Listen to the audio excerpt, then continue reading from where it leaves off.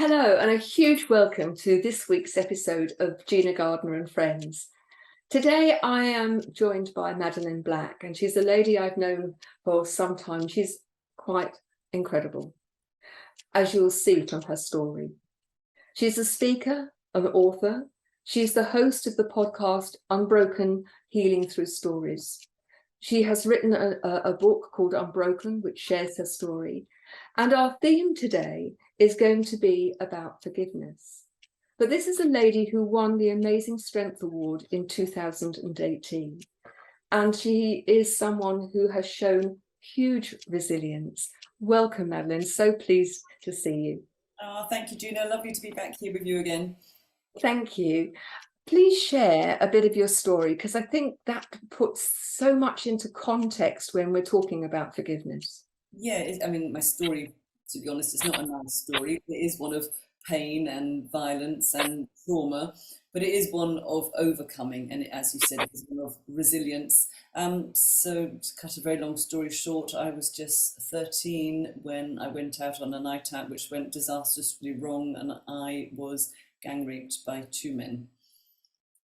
That's just a way to put it. a horrendous thing to happen to anyone, but to happen to someone who's that young, I can't imagine what that must have been like.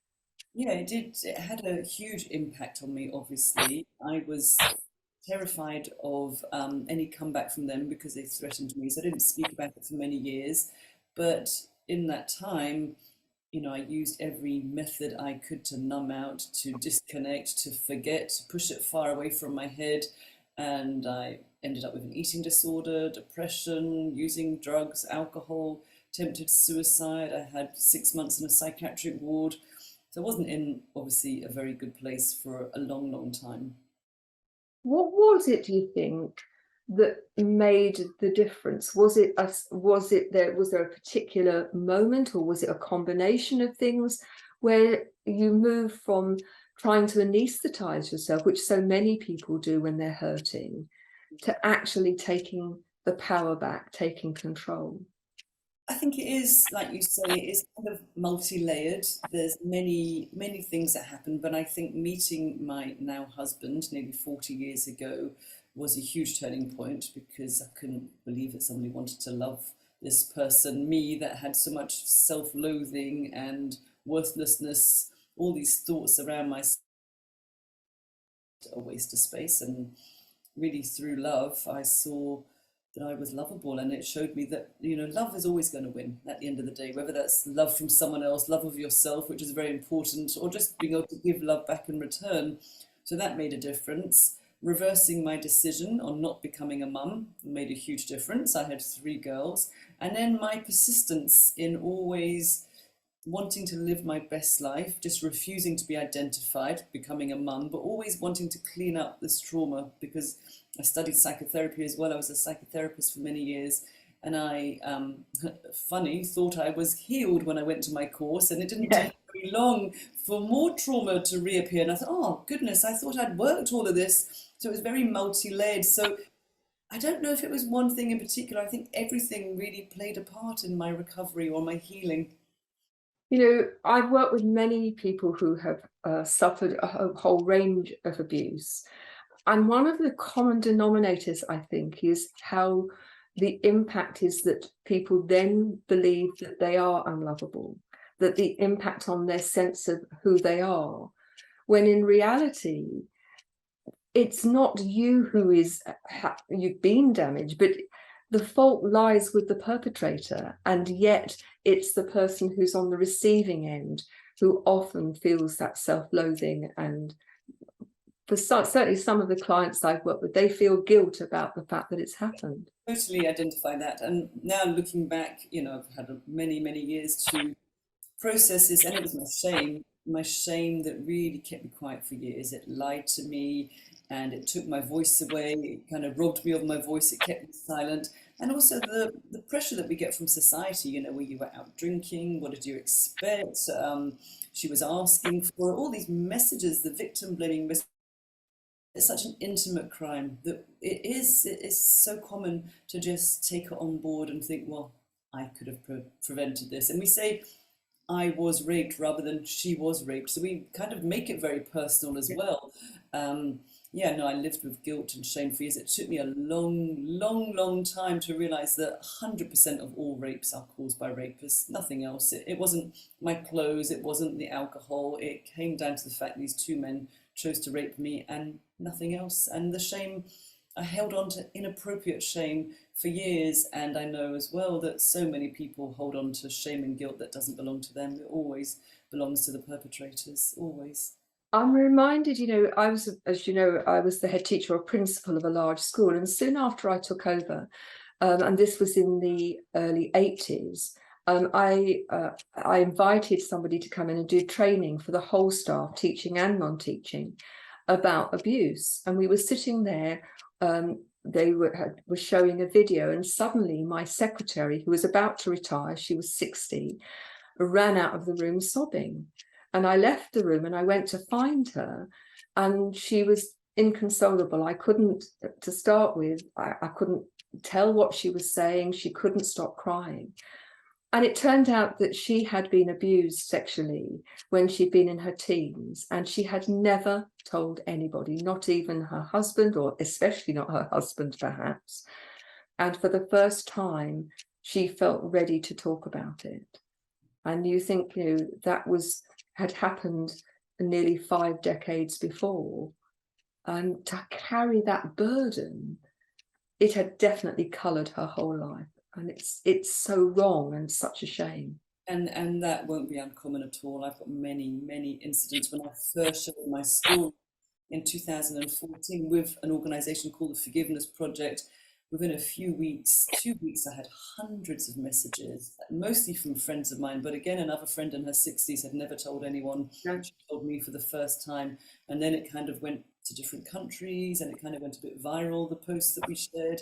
And so many people shared their story of abuse and rape, but also for the very first time. And I think it just showed me that there's so much power in sharing our stories, but also showed me how sad it is that we hold on to this. And as you say, she will be looking through her life through those lenses of trauma and never being healed, and that kind of dark chapter, that shameful secret, looking through the eyes of that. But it also showed me that courage is contagious as well. We can give people hope by sharing our stories, which is kind of really why I do what I do, because it was somebody else speaking out that helped me find my voice, and I just really want to pay that forward, I guess.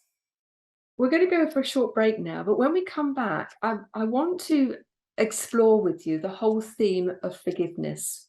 I think it's got tremendous power for even the most heinous things that have happened.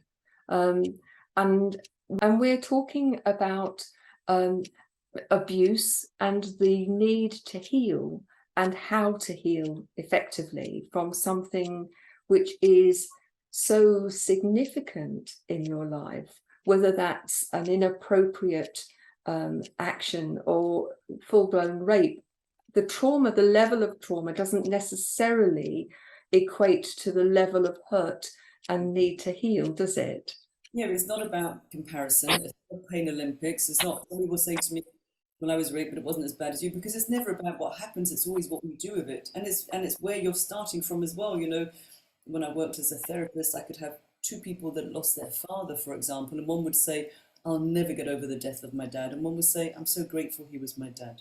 So it's always our approach, our attitude that we bring to everything. But if we really choose to, we can work it and get past anything that happens to us. And actually, now I think from living with PTSD for years, I would say I have post-traumatic growth from speaking out and not really caring who knows my story anymore.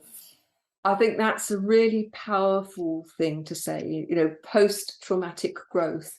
There is the opportunity. And one of the approaches, before we get into the business of forgiveness, I think that when we can reframe things from I was a victim to I'm a survivor, I think that there's such a different energy behind those two beliefs, isn't there? Absolutely, we can grow through what we go through. Yes. And I mean, that's true of life in general. We grow through our challenges. Not that I'm suggesting for 1 second that people should go through the trauma of abuse in order to grow. That's not what I'm saying. But ultimately, when life is jogging along nicely, there's not necessarily a lot of growth going on. And we can use what happens to us in our life. Life gives us the tool. Things are challenging. Are you going to resist it? Because what we resist persists. Or are you going to take the lessons? Are you going to learn from whatever life is showing you? And eventually I had to stop denying and resisting and open up to everything that had happened to me in order to let it go, really, to step into the darkest chapters, the most painful parts of my life that I didn't want to look at. That was how I really was able to let it go. I think the burying those powerful emotions is rather like trying to keep a dragon in a box. Keeping the lid on the box takes so much energy, doesn't it? And it's not productive energy. And then every now and again, the dragon gets out of the box, and there's the fear that you're never going to get it back in again and put the lid back on. Yeah, I liken it to a jack-in-the-box, but eventually my jack-in-the-box, the lid sprung open and I just couldn't close it anymore. I've had years of perfecting the closing it, and then somehow the lid got jammed open, and I just couldn't shut that lid down again. And the springs and everything were all over the place, and it would not close. So that's when I thought. But isn't it interesting, though, that when that happened, out of that, not just the box being open, but how you dealt with it, you giving yourself freedom. And for me, the forgiveness is about freedom. Lots of people think, well, if I forgive someone, I'm condoning the act, or I've got to forget it. And it's quite the opposite, isn't it? I would never forgive the act of rape. And I do want to be clear, I'm not a forgiveness preacher. My book's not a self-help guide. This is how I did it. Forgiveness was my journey. I'm not saying, forgive, but whatever I think allows you to stop denying, to face up to the facts, to accept them all and learn to let it go. And that's what forgiveness did for me. It cut everything that tied me to them, and those ties chained me down. They stopped my growth. They kept me in the past. I wasn't present in any way. So yeah, forgiveness really was my key to freedom. Absolutely. The way I liken not forgiving is you take the poison yourself, and you expect the other person to die. Yes. But ultimately, by holding on to that shame and that pain, it does nothing to the perpetrator, does it?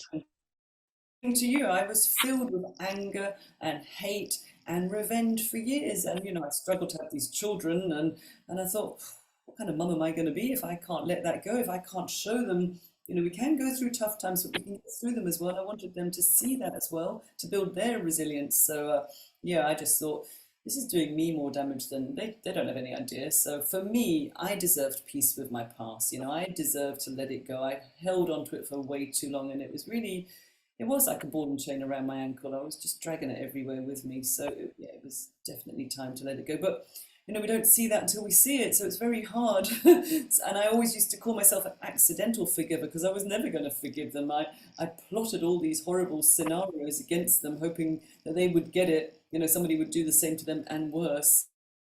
But then I saw that kind of makes me just as bad as them, really. Not that I would carry out any of those acts, but just to have those thoughts, I thought, I'm capable of these evil thoughts as well. We're all human at the end of the day. Ultimately, I think for me, and forgiveness at a personal level, I had a very inappropriate uncle, but trusting people was always very difficult after that. But ultimately, when I've worked with clients, I think the recognition that in the act of forgiveness, which is not condoning and not forgetting, that ball and chain that keeps yanking you back into the past, that stops you fully embracing who you are and what life can offer, once you choose to do that and you choose to let it go, then the world opens up. Oh, so much more peaceful in my head. It was like a battle in my head constantly, but I was the one that had all the soldiers paying attention and all the weapons firing off. It was me, and once I learned to put my weapons down of mass destruction inside my head, yeah, life is so much more peaceful. And yeah, and you start to see it in 3D and in color, and all of that would have escaped me. I wasn't really living my life. I had protected myself from living so much that I wasn't really living a life. I was just built this brick wall around me, and I had to learn to take the bricks down, I guess, one by one. But yeah, I was so scared, my security, that I had, yes, absolutely, letting it go just totally showed me that we can have a spontaneous, big, bold, courageous life if we really choose to. I'm interested that you've got 3 daughters. Mm. How much of your choice to reveal what had gone on was around having 3 daughters and wanting them to be resourced? Because there would be some parents who perhaps said, well, I can't say anything about it because I don't want my daughters to know. Oh And no, yet I'm you've taken the clear. very opposite view. Yeah, because I know I kind of ended up in the situation I did because I had lied. I'd lied about where I was staying. So I always wanted them to be honest with me. And I always said, look, I don't care what you're doing. If you're drunk, you're stoned, you're whatever, just phone us and we will come and get you and we won't judge you. So that we always had this open communication. Obviously, they don't tell me everything. But yeah, they've always known. When they were little, I would just say that mummy was hurt by 2 boys very badly. And then as they got older, near to the age that I was 13, very clear about consent and in a sexual relationship, but also consent when they were little. I'd never these parents that force them to go and kiss their auntie or their uncle or sit on someone's knee or hug everyone goodbye, just to say, if you want to do it, that's fine. If you don't, you don't have to. So just to show that there's always consent, there's always choice in everything that we do, not just in our relationships, but consent, I think, is not really shown so much. I always wanted to show them consent as well. So yeah, I was very honest with them what had happened. And when I wrote my manuscript, my book, I said you can read it before it's published if you want. So it was very interesting. Anna read the chapter about her. Mimi read the very end chapter, which is what she does with all her Harry Potter books and everything else when she was a little girl. And Layla, who wasn't yet 13, she read everything. And it does have a lot of detail in my book as well. So very interesting. But yeah, they know what I speak about. They know what I do. And rape is not a taboo subject. They have friends come to me that don't because they don't want to go to the police or tell their parents. So I've had many of their friends contact me in the past, or friends of friends. They all know that I'm a sexual violence activist. And so I just offer them advice and point them in the right direction. I can't be their therapist, but I just signpost them to the right place and make sure they've got good support and their friends know how to care for them, which is really just being there for someone and don't judge them, don't ask them too many questions, just, go at their pace and feed them well and run them baths and make sure they sleep and normal kind of nurturing stuff, really. We're going to go for another break. We've talked really about your openness with your daughters, but I'd like to, in the last part of the show, if parents are listening to this and they've got sons, or you're a man, I'd like to explore the issue around consent, because I think it's something that often gets very clouded, and I'd just be very interested. And I'd like to just explore in this last part of the show, if you'd had boys rather than girls, do you think that you would have spoken differently? What would you be saying to your boys, do you think? I would still make sure they knew what consent was even more, I think. And consent isn't really difficult. It's just really need to make sure you've got a very clear yes in regards of a sexual relationship. If you don't have a clear yes, then you can't go ahead. Not saying yes is not consent. And if you're too drunk to be able to not say yes or no, that's not consent either. It's pretty easy and pretty straightforward. But I would just treat my boys, if I had boys, exactly the same way.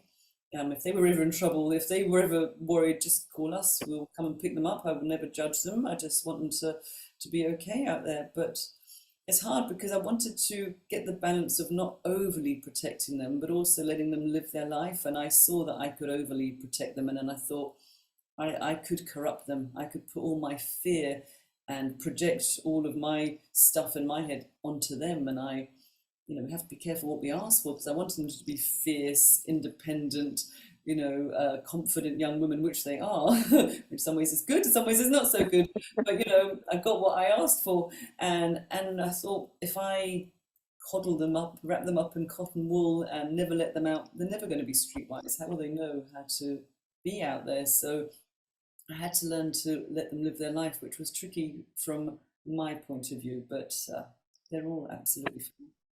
It's interesting, isn't it, how there's no manual that comes with being a parent, and they're all different. As you say, your three daughters dealt with your book very differently.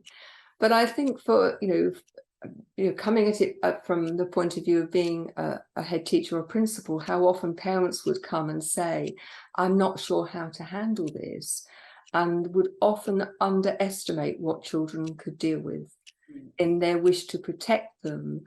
I think very often we do the very opposite because we don't give them the tools to handle life. And that's a shame.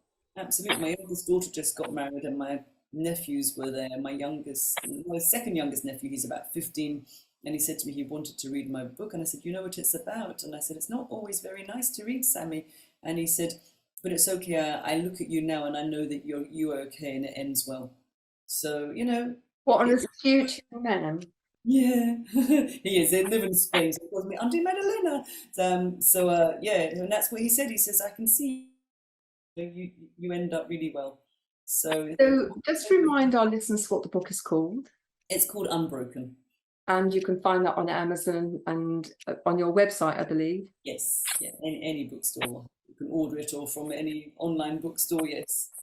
So where can people find you, Madeline? They can just find me all over social media, but just go to my website, madelineblack.co.uk.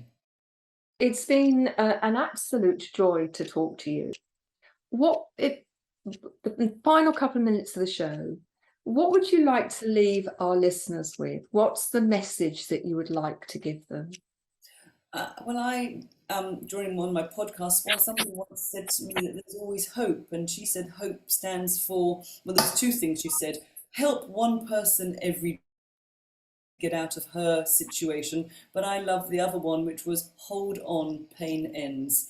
So there is always hope. And I also think it's important to say, like you, secretary, it's never too late to find your voice. It's never too late to go and get the help that you deserve, to heal, to really live your best life, to not carry that trauma to your grave and never tell anyone. So it doesn't have to be a therapist. It could be a friend. It could just be yourself. But tell yourself your story, stop denying it, write it down, read it back, and really do the work to heal from this trauma and just live your best courageous life. Very, very great advice, actually, whether you're talking about trauma or any abuse or any sort of challenge or difficulty. It's really great stuff. It's been an absolute pleasure to have you on the show. Thank you very much. Just tell them your website address again. It is madelineblack.co.uk. Thank you so much, Madeline, and thank you as listeners for joining us today. It's a real pleasure. Please do let us know what you think. Email me at ginagardinerandfriends.com, and ultimately recognize that you have the power to influence your life. If you want help, reach out. So if you want to speak to me, email me at ginagardinerandfriends.com. Thanks again, and I look forward to seeing you on the next show. Bye-bye now.